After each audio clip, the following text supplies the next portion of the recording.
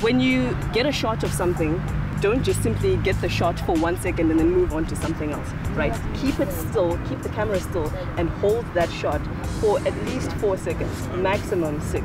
Because, you know, you want to get a sense of the audience connecting with what you're showing them. If you just jump to the next shot, then they won't have had a sense of whatever it is you were trying to portray. So when most people film, they kind of do this. What am I getting wrong? Moving faster. No, I'm not moving at all.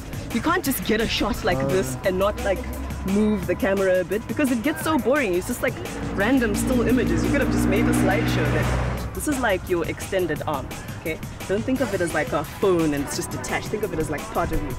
So sometimes what you can do is you can do a tilt to introduce a shot or to end one. So you just start at the bottom and then you just raise the camera up slowly like that.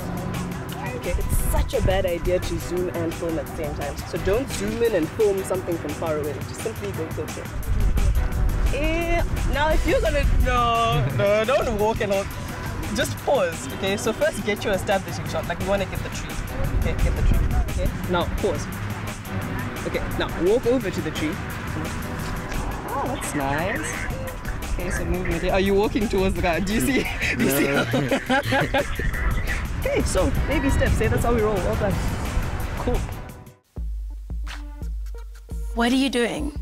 I'm thinking Zen. Knees bent, camera close, and slow breathing. Does it work? Definitely.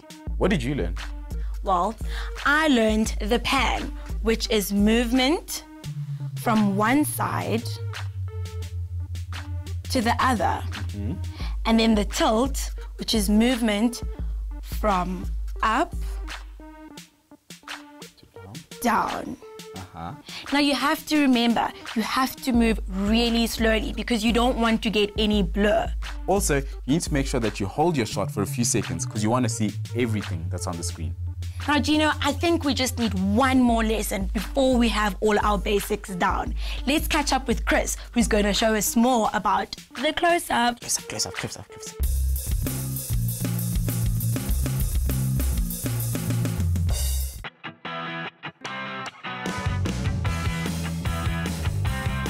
Now, we've heard about the relevance and your target audience. Your visuals will basically be the way to wrap it all up and actually make your story have its proper impact. With a cell phone, you'll have one camera, one chance to really show your story to people.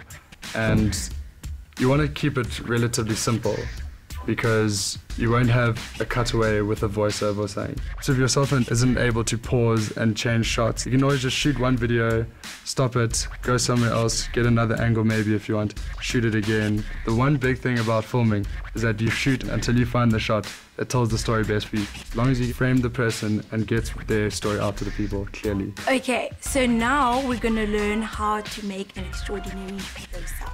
Just get her into the frame. If you want a really nice close-up of her, you got to get really close because you need to be able to hear what she's saying. Then you can go from the other side. If you come the other side, you can get another shot of her. You see that lighting, you get a very different sort of sense of how she is. Yes. Say the beginning of the national anthem for me. Africa. You can go in close if you want to just get her whole face. You see your video stopped. If your video stops while you're filming, then you just start again. You can start a new video, you just have to record and you do the same thing over again. This is still pretty close to her face. If you've still got her face in the shot, just her head and shoulders, it's still a pretty good close-up. Even if you just want to focus like on her eyes or something, or just focus on her mouth while she's singing. My name is Nandi Papansim. How old are you? But you see, that's how you get all sorts of different close-ups. I think the reason why the close-up was so extraordinary was because it was all about me. Do that again? You need to remember, don't use the zoom, but rather take as many takes as possible so that you can find the one that tells your story the best. I'm going to change angles now. So give that to me one more time. So while we practice, you guys can also practice some of the basic techniques and camera moves at home. So till next time, bye.